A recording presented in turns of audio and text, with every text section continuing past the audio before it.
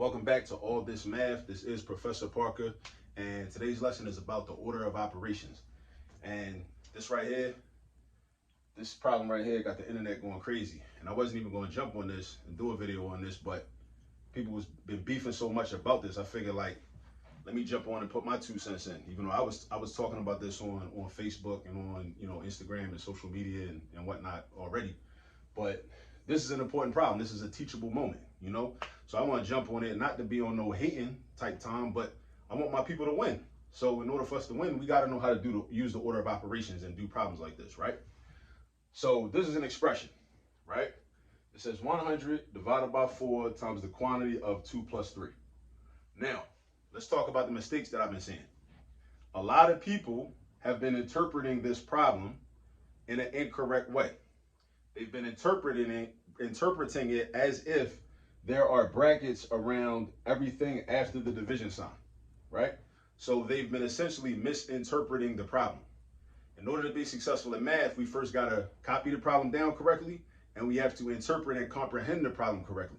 All right? That's the first thing. So, and also another thing, a lot of people are not defaulting to the order of operations. They're instead defaulting to this mnemonic device called PEMDAS. PEMDAS is cool if you know the extended order of operations. If you don't know the extended order of operations and all of its details and nuances, then PEMDAS may confuse you and cause you to get incorrect answers. All right, if you just relying on those letters in PEMDAS. It happens all the time. Now, the order of operations states this. We work out everything that's inside the parentheses, which means the parentheses are a grouping symbol. Like these parentheses right here are grouping 2 plus 3, right? 2 plus 3 are a group in and of themselves, right? They minding their business, they chilling inside the parentheses. They ain't messing with the 100, they not messing with the 4. They're not messing with this division sign. They in the house, they over there. So the order of operations says you deal with whatever's inside parentheses, brackets, or braces first, all right? So we're gonna do that, right? Let me grab my marker. Now we got 100, because we're not messing with 100 yet, division sign, and 4 and 5. So now we got 100 divided by 4 times 5. Now, here's another mistake that happens. People look at this and say, oh, these are parentheses. That is true, they are parentheses. But just like in everyday life, just like when you're talking to somebody, having a conversation with them, context is key. Even in math, mathematics is a language. Mathematics is a language. Context is key.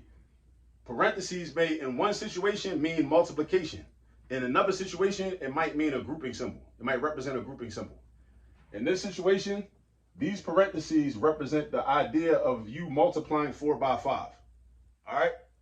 So parentheses, again, and I think we need to understand this.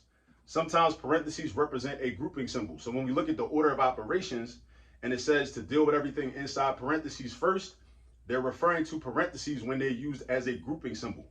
Right here, this ain't a grouping symbol. It's not. Actually, we don't even need these parentheses.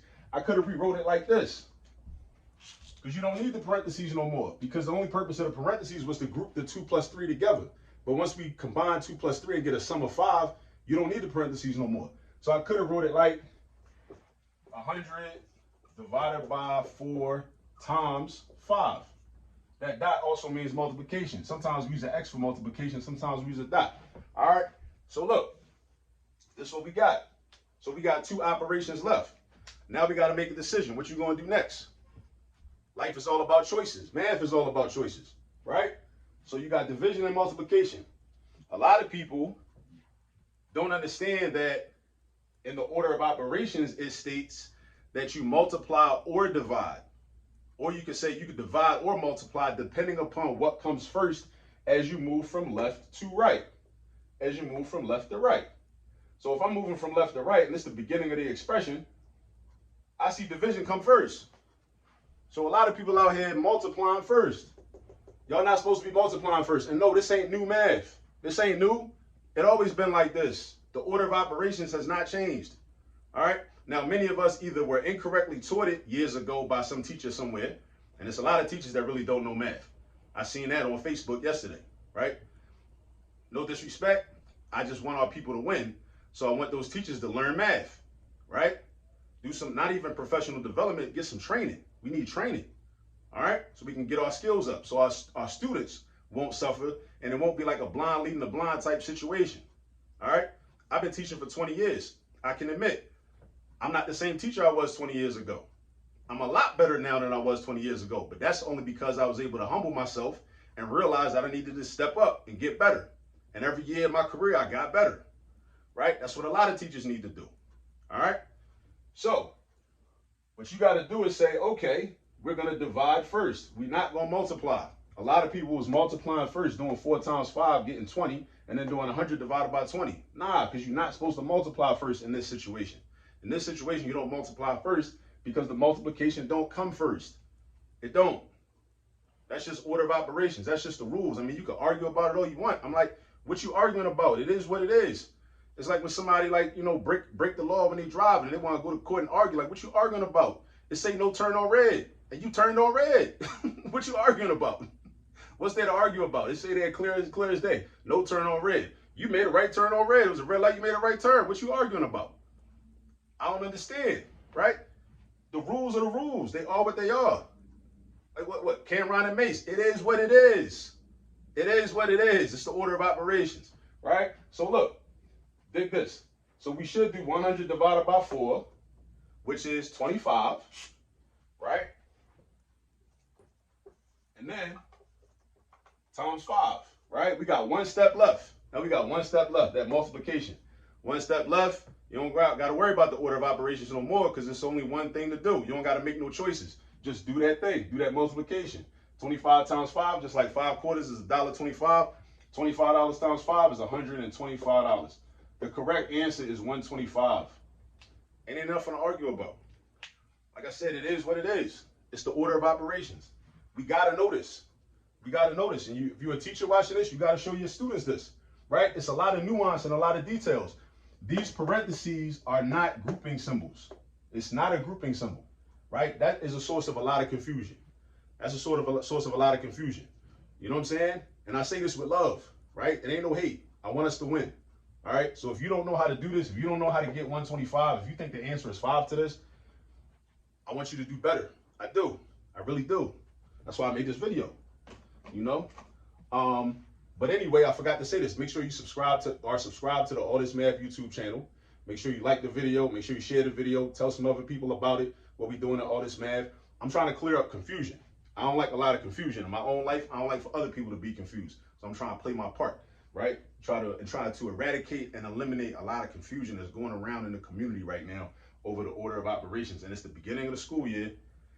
And I hope this is not an indication of what type of school year this is going to be in 2024 to 2025. I hope it's not. You know what I'm saying? But look, order of operations, deal with everything inside the grouping symbols first.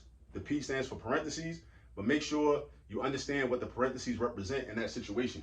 These parentheses represent a grouping symbol, right? These parentheses do not. These parentheses represent multiplication between the 4 and the 5. It's different. It's very different. It's just like the phrase "you good" can be interpreted in many different ways based on the context of the situation. I can say "you good," I'm showing compassion and concern for somebody's well-being, asking a question. Or I could ask the question, "you good?" because I might feel threatened and a little uncomfortable, and I might want to know, do we have a problem here? Do we need to step outside and handle this in a certain way, right? It's the same phrase, right? "You good?" but it has 2 different meanings in 2 different situations. That is very similar to these parentheses. These parentheses are a grouping symbol. These parentheses represent multiplication. So we got to understand that, right? So when you see parentheses sometimes, just know now you're dealing with the multiplication or division part. And that word "or" is very important too. I don't even like PEMDAS for real. Actually, I don't even like that device. What I like is, based on all the mistakes that I've seen over the years that I've been in this game, I like to say PEM or DAS. PEM or DAS, or PEDMAS. Either PEDMAS or PEM or DAS. Because a lot of people, again, if you default to that mnemonic device, you might get caught up if you don't know the longer, robust, more comprehensive description of the order of operations. All right, so let's get to it. And remember, practice these problems so you can master the order of operations and all their little details and nuances and little idiosyncrasies and little different difficult type problems you're going to see or whatever. But remember, everyday life is our math curriculum. All right, see y'all later.